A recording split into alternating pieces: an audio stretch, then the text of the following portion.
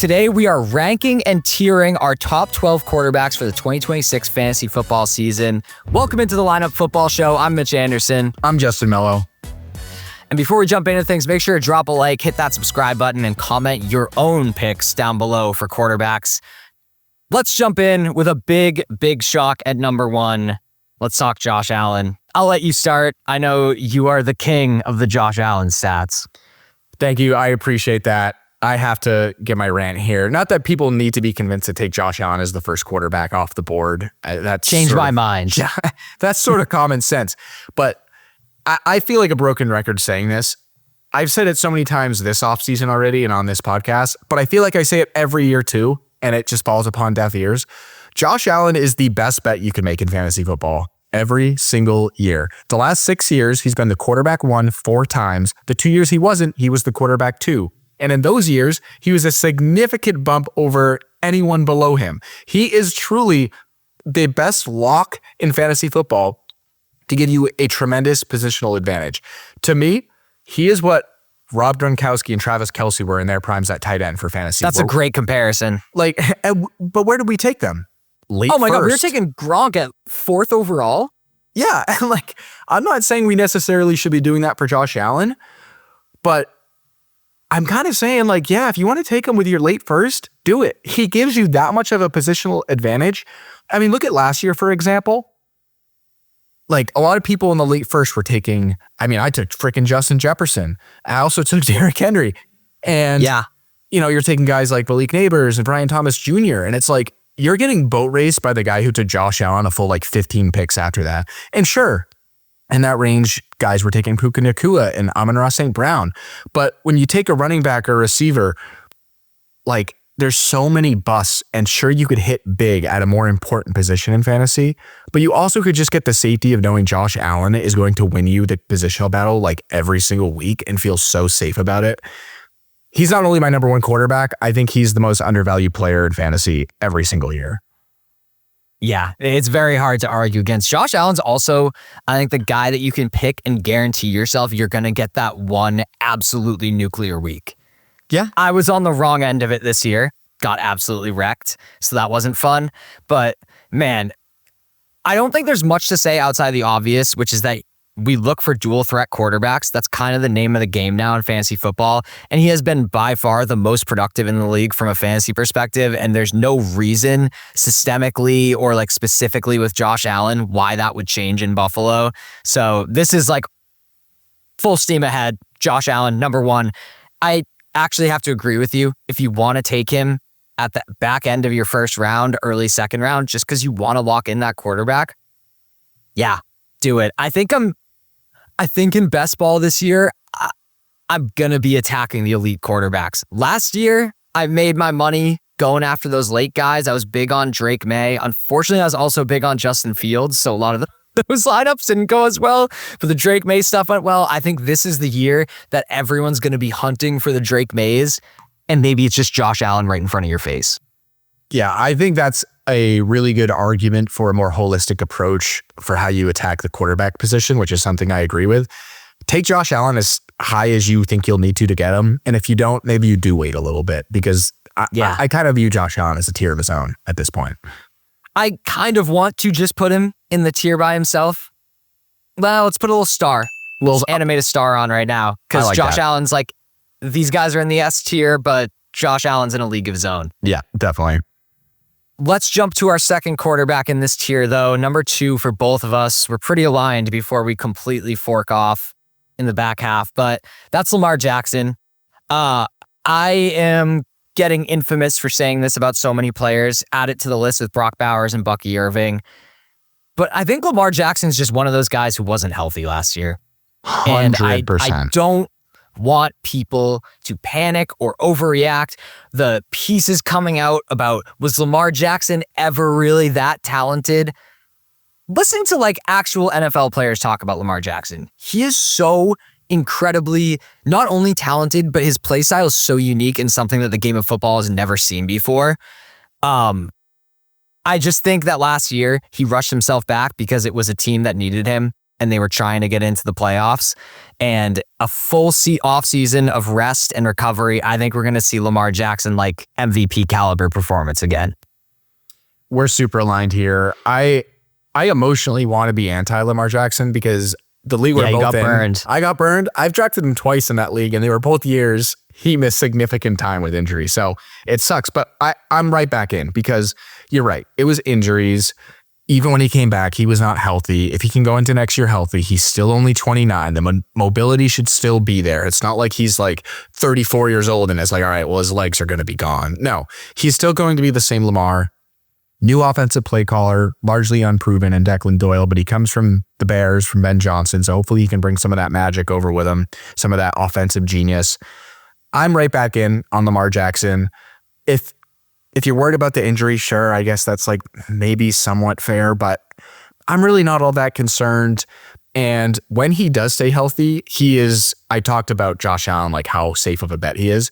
If it weren't for injuries throughout his career, Lamar Jackson would be the same thing, like such a lock to be a top 3 quarterback. I mean, just 2 years ago, he was the quarterback 1, even over Josh Allen. So he's easily the quarterback 2 for me. Yeah. No, I think we're completely on the same page. No debates. Let's move on to number 3. I'll make this the last guy in tier 1, just because I think there's like an obvious shift from this guy to the next. And that's Drake Maye, who is both of our favorite quarterbacks personally, but I think both of us feel that the QB2 price tag for Drake Maye is maybe a little high. Admittedly, the move from the easiest strength of schedule to 6th in 2026 scares me a little bit. From the POV of what Drake's ceiling is statistically, I think like the benefit for Drake Maye is he's got an incredible coaching staff. And I think the downside is he's also got an incredible coaching staff that wants to win and is going to do what they need to win. And like, I don't know if that's gonna be relying on Drake Maye to make every single play. What I will say though, is he did go from quarterback 15 ADP last year to the quarterback 2 finish. And so he's done it before. He could do it again. But I think that the price for me, I would rather hit on Josh Allen or wait to try to hit and do the Drake Maye thing from last year, not just kind of buy him at his ceiling of QB2. My heart hurts, but I agree with it. Like, yeah, he's my favorite player in the NFL. And he was, emotion aside, he was my favorite player to draft last year. At his quarterback 15 price tag, I was all over him. I love the ceiling. Those year 2 mobile quarterbacks, those are the guys I target late in drafts. He was my fantasy darling last year. But yeah, this year, I can't do it. Like you mentioned right now, he's getting ranked ahead of Lamar. I personally don't love that. I can't see that. I personally like the upside of Lamar more. And it's not a knock on Drake Maye at all. I think he's actually being overhated for how poor his performance was in the playoffs. I still think he's going to be great. There's no true major weaknesses to his game. He's mobile. He's just a phenomenal passer. The downfield ball is so exciting. I just, like right now, he's getting drafted closer to Josh Allen than pretty much any of the guys below him. And that to me feels wrong because we've seen it every year with Josh Allen. We know the safety of Josh Allen. I hate to keep talking up Josh Allen and like inflating these Bills fans' egos, especially when I talk about putting Drake Maye down. I'd take Drake Maye over Josh Allen in real life as a biased Patriots fan. But in fantasy, Drake Maye isn't the same level of safe bet. And I think right now, because of how good he was last year, we're pumping him up so high that I'm probably just, if I'm not getting like Josh Allen in the second round, I'm probably just waiting and not spending super high draft capital on Drake Maye. Yeah, I'm with you. I think I'm probably going to be enjoying Drake Maye as a Patriots fan a whole lot more than I'm enjoying him as a fantasy quarterback next year. Yeah, agreed. Absolutely. Let's jump into a guy in our next tier that everyone was super thrilled with last season, and that's Joe Burrow. I had him at number 4. You had him at number 5. We actually tied because we flip-flopped with the next guy. But let's talk Joe first because he is Fantasy Pros consensus number 4. Joe Burrow's back. I'm really excited. We talked about this last episode with Jamar Chase. The situation's pretty identical to how it was going into last season. So, like, doesn't it kind of make sense that we just draft him around where we were drafting him last year? Since he returned in week 13, He was the QB3 in points per game. And as someone who had a Bengals double stack and redraft last year and got burned, I don't know if I can do the all my eggs in one basket thing again, but in Underdog, you can bet your bottom dollar I'm going to be having a whole lot of Cincinnati Bengals stacks. Yeah, he's the exception to the rule for me. The rule being draft mobile quarterbacks. I usually in fantasy give me a guy who runs. It's actually a really big floor raiser. Yeah, it's the floor is so much safer with mobile quarterbacks, but it also elevates the ceiling as well because you get those rushing touchdowns and those plays in the red zone. Joe Burrow is the exception to the rule, and it's because even though the rushing isn't there, quite literally everything else is. Like literally everything. He is an elite passer in an offense with elite weapons with the worst defense imaginable. That is such a recipe for fantasy success. So I do have him one spot lower, mostly because of the lack of mobility, but I wouldn't blame you for making him the fourth quarterback off the board. He has the fifth highest yards per passing game of all time. Like that's crazy. Yeah, that's the kind of player we're talking about here. We're both super bullish on Ja'Marr Chase, which we've talked about. So it makes sense that we're bullish on his quarterback as well. 100%. Let's jump to the guy that you have at number 4, I have at number 5, and that's Jayden Daniels. I'll let you go because you have him higher. Yeah, I have him one spot higher because of the mobility that we talked about Joe Burrow doesn't have. And you've talked about it with a lot of players, like with Brock Bowers and with Bucky Irving. Throughout the tape, that's how I feel about Jayden Daniels' sophomore year. He was so injured, missed so much time. It kind of felt like they were rushing him back to try to salvage the season multiple times throughout the season when they really shouldn't have. And he didn't look good when he came back. It's almost like Lamar, who we've already talked about, playing hurt. I know, I was kind of like, this is paralleling Lamar a lot. Yeah, it really is paralleling Lamar a lot. And his play style parallels Lamar a lot. And that's why I like it. He's super mobile. He's a good passer too. I want to throw out last year, going into next year, if he can be healthy, I think the Commanders will have a bounce back kind of season, especially Jayden Daniels. I think Terry McLaurin was hurt too. We saw the rapport they had, how good Terry was for them a couple years ago. That could help. And I think, like a lot of players we've talked about too, he burned someone in your league last year because he was getting drafted so high, and whoever drafted him is not going to be drafting him again in all likelihood. That's a pretty substantial dip. Like he's still getting drafted as the 4th or 5th quarterback off the board, but it's later than last year. So that's something I'd like to buy. Yeah, I think he, to me, is the quarterback that matches the Josh Allen and Lamar archetype without having to pay that price tag. Although I will say this, and we talked about this earlier, like this is kind of the range of quarterback I'm trying to avoid. I don't know if I want to be going after these like middle of the pack QBs, but it's a quarterback 5 price tag for a guy that could potentially be the quarterback 1. And this feels blasphemic to say out loud, but there is a little part of me that like kind of likes him more than Drake Maye for fantasy next year. A little part of me that's caught up in the rookie year. I hate you for saying that because how dare you disrespect Drake Maye like that? But I agree. Like, yeah. I mean, there's a reason we took Jayden Daniels so much higher last year. Not that saying we should again this year. I gun in my head right now, I'm taking Drake Maye in fantasy. For sure. But the value of Jayden Daniels multiple rounds later, that's pretty enticing. If we're talking value straight up, I don't even think it's close. I would way rather have Jayden Daniels. Yes. It's like, agreed. I'm thinking like if ADP didn't exist and we're back in the days where all you're learning about fantasy from is a magazine at CVS, they're closer for me than I would like to admit. I think that's completely fair. Sadly, but it is fair. Let's jump to a guy who I love his floor, but I'm much less excited about his upside. That's Jalen Hurts. We talked about it. The tush push potentially being banned, I think is like a bigger deal than people realize because of how many rushing touchdowns. Like 6 points is a lot. And when you like extrapolate that out into like what, 5 or 6 touchdowns, like that's 30 to 40 points that he could be potentially losing in a season. Plus, you know, whatever. I know it's only 2 yards at a time, but those are yards that are be going to Saquon in like between the 20s. And so I'm not like super bearish on him, but he's like absolutely a guy that this range just doesn't excite me to pick him. but he does have the floor because of the rushing.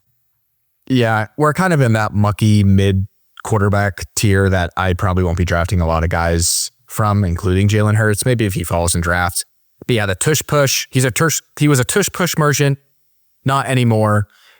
Something else that scares me, I don't know what these weapons are going to look like. AJ Brown likely traded. Dallas Goedert likely leaving in free agency. That's a little bit concerning. If there is a glimmer of hope, though, the offensive play calling, which we have trashed about on this show, I think everyone everywhere has trashed on, it's going to get better. It cannot be worse than it was last year. So the offense as a whole should hopefully take a step forward. Yeah, I agree. And Hurts was a guy I was really excited about last year, and that's kind of why this like pains me to do. But you make a great point there. Like, in so many ways, we don't even know what this offense is going to look like. And like, hopefully this offense has to be better without Petula, but that doesn't mean it's going to be like back to 2024. No, and I wouldn't expect it to be. Probably somewhere in between. To give Jalen Hurts just a little bit of credit, though, because we talked about like how disappointing he was last year and, you know, tush push merchant. He was the quarterback 8 last year. Disappointing compared to the draft capital last year, but that's respectable. So if we're expecting this offense to be a little bit better, I think a quarterback 6 price tag is fair. I think it's, yeah. And that's a great way of putting it. I think it's fair, but it's also not a button I'm going to click a lot. No, I do agree with that. Does Jalen Hurts picking him as your quarterback make you feel like that's going to help you win a championship? And I don't think so, because you can make the argument with the later quarterbacks that like the opportunity costs that allowed you to get another wide receiver or a higher end tight end or a running back. Jalen Hurts just falls in that range of like, I'm still paying a decent price tag for a guy that doesn't have like, to me, top 2 quarterback potential. Like, why am I doing it?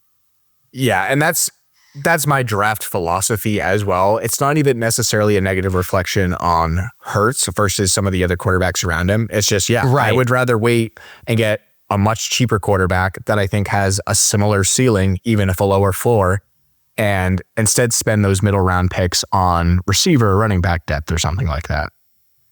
For sure. Let's move on. I think this is a tier break right here for us from number 6 into number 7. You had him at 7. I had him at 9. So I'll let you start first on Justin Herbert. Yeah, I didn't leave last season like feeling great about Justin Herbert's 2026 fantasy outlook. But the more I thought about it, the more I dug into the numbers, did some research, I kind of realized I'm all in on Justin Herbert next year. I mentioned I don't like these middle round quarterbacks. Justin Herbert is someone I could see me drafting a lot of if he actually goes where I think he'll end up going, which is probably around where you have him, like the quarterback 9. 2021, Justin Herbert was the quarterback 2. Do you remember that? I feel like nobody remembers that. I saw you write that in the doc, and I remembered it once you said it, but that certainly was not in my brain before. By the way, just for reference, he is the QB 8. QB 8 off the board. Okay. You're a little higher, I'm a little lower. Yeah, and I think that's probably relatively fair, but there was a time we were talking about him as an elite asset. He was the quarterback 2 in 2021. We were drafting him as the quarterback 2 or 3 that next year. I remember in a dynasty league I'm in that offseason, he got traded straight up for the 2nd overall pick in a dynasty league. Like, people were so in on Justin Herbert, and we still respect him a lot as a quarterback in real life, but in fantasy, I feel like that perception has gone down. Like, we're much more bearish on him. Yeah, he's if man. He still doesn't want a playoff game. We clowned him for all that. And last year sure wasn't the greatest thing ever, but he was still last season the quarterback 10 with freaking Dingle McCringleberry and Devoyne Shower Handle at offensive tackle. Like literally the Key and Peele skit. You might as well have put me out there. Like I would have had a better chance of protecting Justin Herbert than the guys they were throwing out there. And he still made it work. They still made the playoffs. He still was the quarterback 10. And it's not just like, oh, well, it should get better because it can't get worse. No, it will get significantly better. If Rashawn Slater and Joe Alt come back healthy, which they should, you go from the worst offensive tackles in the league to literally 2 elite offensive tackles, like premier offensive tackles. That is a significant, they're going to jump from like 32nd in pass protection to like top 3. So I feel really good about that. And I feel good about the rushing too. Like sometimes I feel like we don't think of Justin Herbert as an elite running quarterback. He's done it his whole career. Last year, he had the second most rushing yards of all quarterbacks, like literally the second 498. 498, second most among all quarterbacks. And to top it off, and this is something I really like, bye-bye Greg Roman, hello Mike McDaniel. This offense is going to be humming. Mike McDaniel's going to get this offense going. He made it work with Tua. He's going to make it work with Justin Herbert, who ironically the Dolphins should have drafted over Tua. So he's going to be a guy I end up targeting a ton, I think, in drafts, especially if he falls a little bit. I'll really like the value. I'm not saying he'll be the quarterback 2 like he was in 2021, but I think his ceiling is up there. Yeah, I think I get it. I think I'm just a little bit lower than you. Honestly, this whole argument just made Amari and Hampton fly up my rankings. So thank you. No, but I completely understand the argument. I think it goes back to kind of what I was saying with Jalen Hurts. And I mean, I guess you just busted my myth there with like, he did end up as the QB2 once in his career. So it is in the realm of possibilities, but it's not really a bet I'm like excited to make. So I think I don't have a ton of strong opinions on Justin Herbert. I can see it, but I'm probably not making the bet a lot. One thing that is appealing to me though is if you do feel like you can like zero in on who those guys are going to be that he's going to be targeting, stacking partners are not going to be that expensive. So if you're feeling really good about Justin Herbert in the best ball season, like load up some Ladd McConkey and Gadsden and Herbert stacks, and like it's going to be pretty cheap. It can probably be like your secondary stack. I love that. Quick shout out to Quentin Johnston. This doesn't feel and real. And QJ, sorry, that was disrespectful. QJ has outperformed his ADP every year. I know that sounds crazy. I know that like doesn't feel like even possible because he seems like such a freaking bust, and he is kind of a bust in real life. He outperforms his ADP every year. Stacking him with Herbert is a winning strategy in my book. I was about to call him Amon-Ra Light, and then I remembered Amon-Ra had 10 drops last year. They're literally separated at birth. Yeah.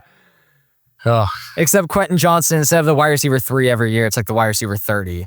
But he has like 2 really sick games. Yeah. And you're like, maybe. No, I'm actually all in. I'm all in. You know what? I'm back. Justin Herbert, move him up to number 7. Hell yeah. Just so I can get some QJ stacks. All right. You had your guy you were so excited to talk about. I'm so excited to talk about number 8, Jaxson Dart. 7 on my list, 10 on yours, which I was surprised by. He was the guy you brought to the table in one of our first episodes. Yeah. He is my favorite. I missed the elites pick. I missed the Lamar, Josh Allen. If you want to get Burrow and Maye in there, sure. But like I missed those big guys. Who do I want to go grab later? And it's Jaxson Dart. We already talked about Malik Neighbors being like such an exciting wide receiver pick. You can pair those two up. Justin Herbert was 2nd in rushing for quarterbacks, but Dart was 3rd in only 14 games. At a quarterback 7 price tag, though, I will say he's not like the best kept secret. Like I feel like last year people were super excited about, you know, some of these like later guys. Like we talked about Drake Maye at quarterback 15. But from week 4 on, when Dart first started, he scored the 8th most points per game at quarterback. And that included, I don't know if you remember week 16 against Minnesota was like a disaster and he completely imploded. He had like less than a point, right? Yeah. So you keep that game in there and he was still 8th in points per game. So I think it's one of the most appealing, really fun, high upside stacks you can get. And maybe if you're not feeling as risky, this is more of a best ball play. So that's like, if it fails, whatever. But Neighbors and Dart, and if Wandale ends up there, like Neighbors is going to be expensive. None of these guys, other guys will be. And I think they have a very legitimate chance of being like a productive offense this year. It is in the realm of possibilities. Absolutely. I hear you.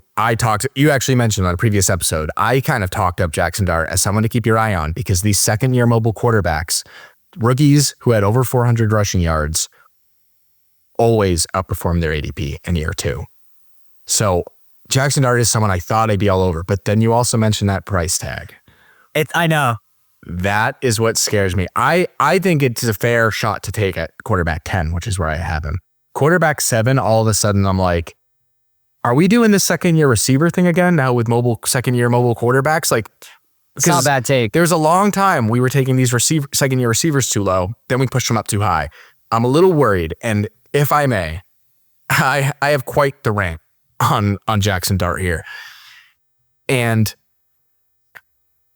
I think what this boils down to is we are taking him closer to his ceiling than his floor by far. Because you look at someone like Drake Maye went as a quarterback 15, and you think Jaxson Dart could be the same thing. But now we're taking him at quarterback 7, 8 spots higher than we were taking Drake Maye last year. And it's like, what if he isn't Drake Maye? What if he's Anthony Richardson? And I know that's... First of all, how dare you? I know, how dare. That sounds blasphemous. And I will preface this by saying, I don't think he's Anthony Richardson. I think he's a much better player than Anthony Richardson. But let's rewind here for a bit to 2023. Anthony Richardson was a second-year quarterback. He was a rookie in 2023. In 2024, he was going into his second year. He was a first-round NFL draft pick who flashed incredible athleticism and incredible upside in a limited rookie year where he took a lot of hits, generated some mild injury concern, but we overlooked it. We loved the upside. We loved the mobility. And in 2024, Anthony Richardson was getting drafted as the 5th quarterback off the board, which was really his ceiling, especially in hindsight. We were taking an unproven guy at his ceiling. And we didn't consider the floor, which obviously ended up being super low for Anthony Richardson.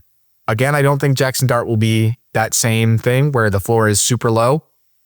But don't we have to at least consider that and bake that into the ADP a little bit? It feels like taking a guy who, I know the points per game last year were good, and I know the mobility is good. We still just don't know. The full breakout has not happened. So to take him at quarterback 7, where you are making a bet that he is going to be my guy, it is going to work, and I'm taking him over other good talented receivers or running backs or tight ends, that's what I don't like. If you can take him as the 11th quarterback off the board and not have to rely on that to hit and take another safe pocket passer to pair with him, I like it. But right now it's a little too high. Yeah, I think that's completely fair. That what makes him so exciting is also what makes him so risky, which is all the unknown and the small sample size. And hopefully it's not an Anthony Richardson situation, but I think more realistically is, what if he's just not what Drake Maye did? And what if he is just like the quarterback 14? Yes. And you feel like you burned a pick. For me, even at 7, that feels worth it because, I don't know, at least in redraft, like after I get outside of those first like 5 quarterbacks, I'm not feeling all that confident that this guy that I picked is going to be my QB in week 14. So I think I'm more willing to take that risk at 7 because I think the upside is higher than a lot of these guys. But it's also fair to say that you probably shouldn't be drafting him being like, hell yeah, I just got the guy that's going to be the next Drake Maye. Yeah, and it's a fine shot to take because the upside is there, and I will not deny that. There is so much upside here. I fully understand that, and can see why people would want to take the shot. For me, it's just the price is a little too high to take that risk. Yeah. All right, let's move on to number 9. I don't like talking about this because as I was taking notes, I think I convinced myself that I have him too low. That's the Iceman, Caleb Williams. Iceman. You had him at 9. I had him at 11. I was also making like a social video last week, and it was like best plays of the season or whatever. And I was like, man, Caleb Williams has been a part of like maybe like 4 of the best 10 plays of the 2025 season. Like he's like so electric, and I think he's right there with Dart as like the guy that I maybe want to be grabbing as my I miss the elites guy. We were getting comments on that video, like obvious Bears fans. Like, no, I know. I was like, you should have seen our content from the past month, pal. It's been all Patriots. But you're right. He's electric. He's the Iceman. He's the Iceman. What I will say too, though, is the receiving group makes me like maybe a little bit nervous, which I'm as high as you can get on Colson Loveland. But the receivers, like, I left uninspired at the end of the year. I had high hopes for Rome Odunze. I just never saw the breakout the way I wanted it to be. I think I'm just, at this point in his career, I'm never going to like get out of bed and get excited for DJ Moore. And so I think that's like maybe my hesitancy, as well as Ben Johnson being a guy who loves to establish the run and like the possibility on any game that you could have like a 7-point performance from Caleb. But if you look at the whole season as the sample size, and like, this is best ball speak, but like, he's going to give you better than a QB9 performance next year, I think. I think so too. He's someone else I'm starting to really talk myself into. those concerns you have are super legitimate, like the receiving weapons, and Ben Johnson likes to run the ball. But those were all there last year, and he was the quarterback 6. He was the quarterback 6 in 2025. And I think we saw a huge leap with Ben Johnson in just 1 year of them together. Imagine 2 years under Ben Johnson. Yeah.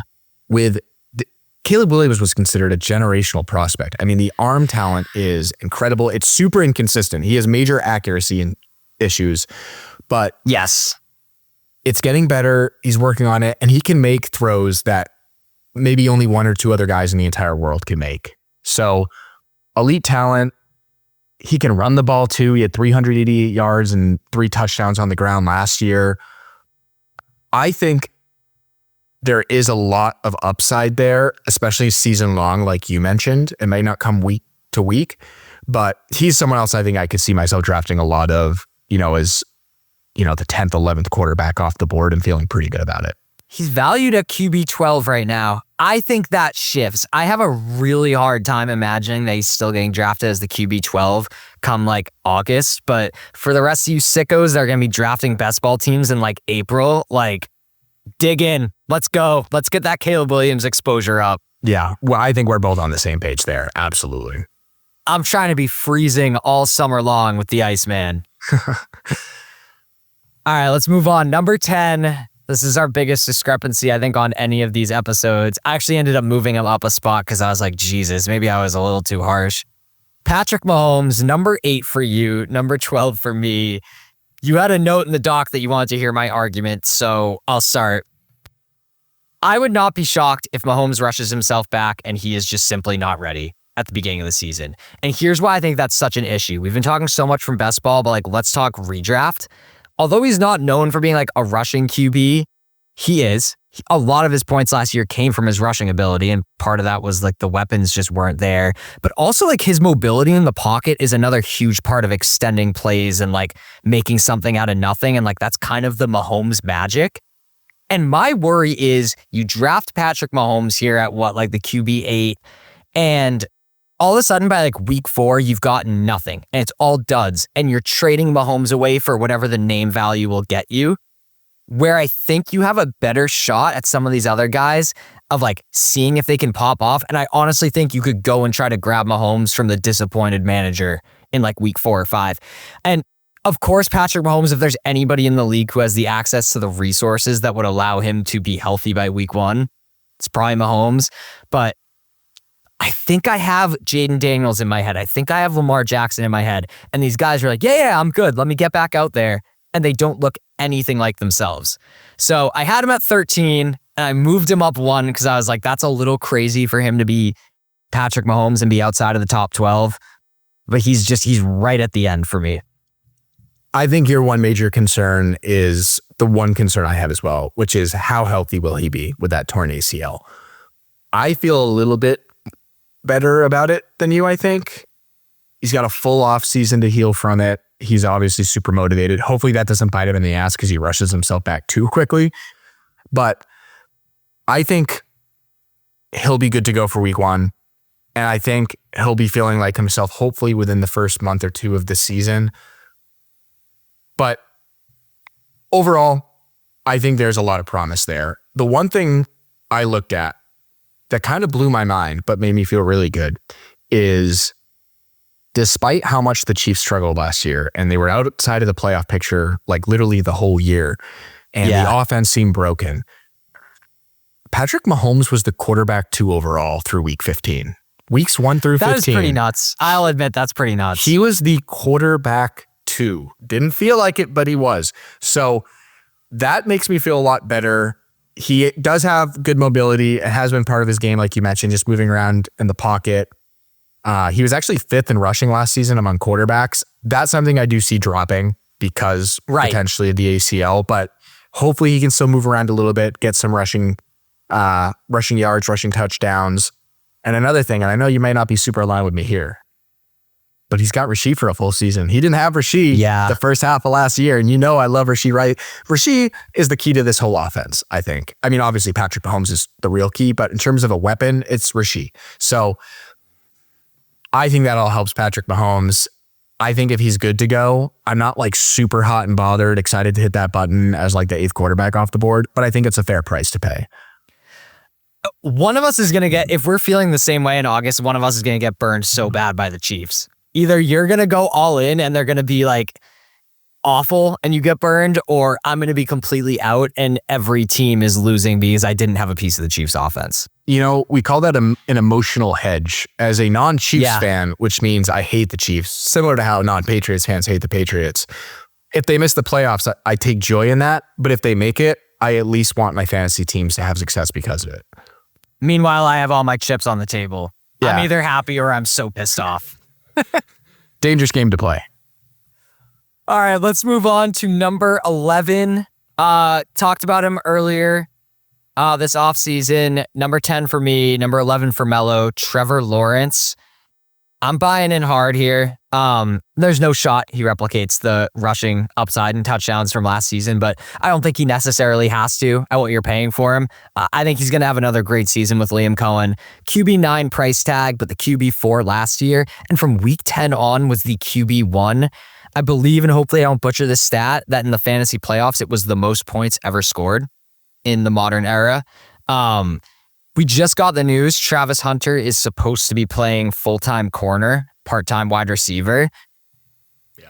I'm interested what that means for Brian Thomas Jr. Not that I'm going after Brian Thomas Jr., trust me, but like it's not like it's a bad thing for Trevor Lawrence to have him as a piece. And then obviously I've been very vocal about Parker Washington and how excited I am for him. Yeah, I'm kind of lukewarm on Lawrence. Like, I think it's fine where he's going. I have him just one spot lower than you. So I think he is a relatively safe pick with a good ceiling. You're right. I don't think the 9 rushing touchdowns can happen again. Yeah. That was just an absurd amount of rushing touchdowns. He was 10th in rushing yards among quarterbacks last year and still had 9 rushing yards, which is truly crazy.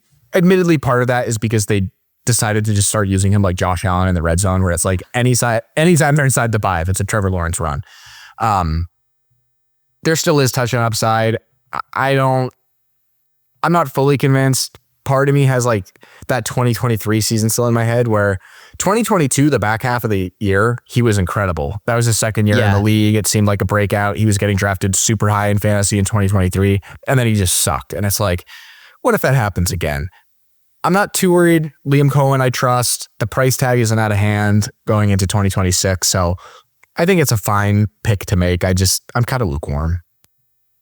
I think that's fair. And that's kind of what's going to happen at this range. We're getting out of where you might be taking like a quarterback 1, like if you're in a 10-team league, and even if you're in a 12, like at this point you might wait if you want, it's just a weird range of quarterback.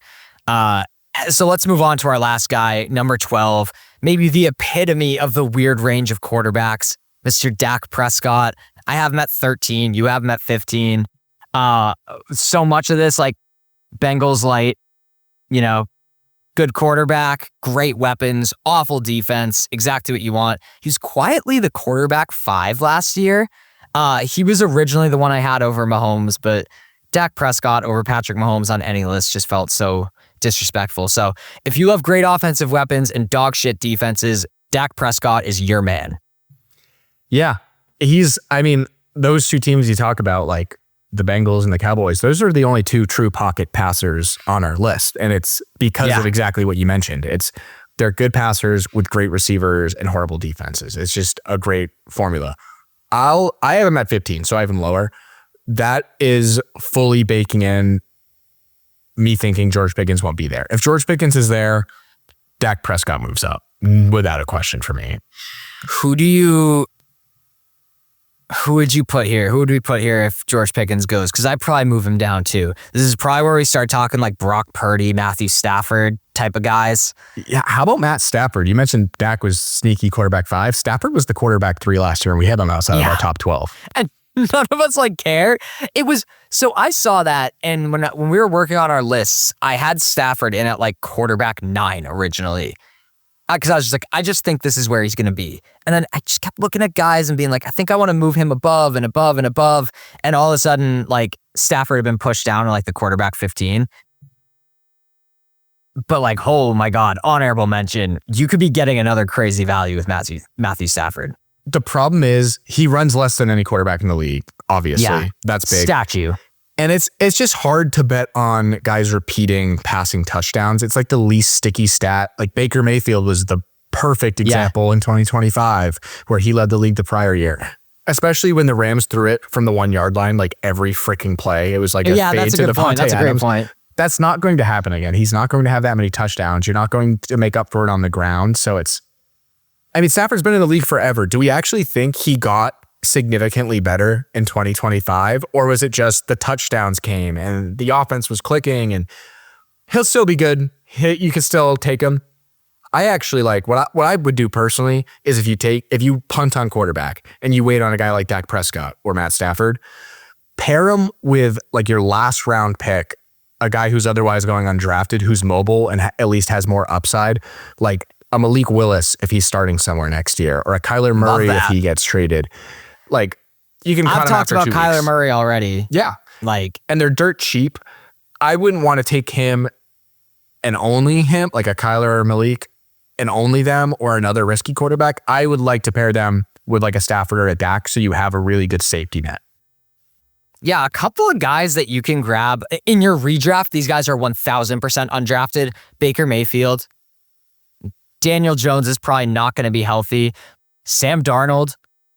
Let's see where Kyler Murray ends up. But in best ball, like, you can also grab these guys for dirt cheap last pick type of thing.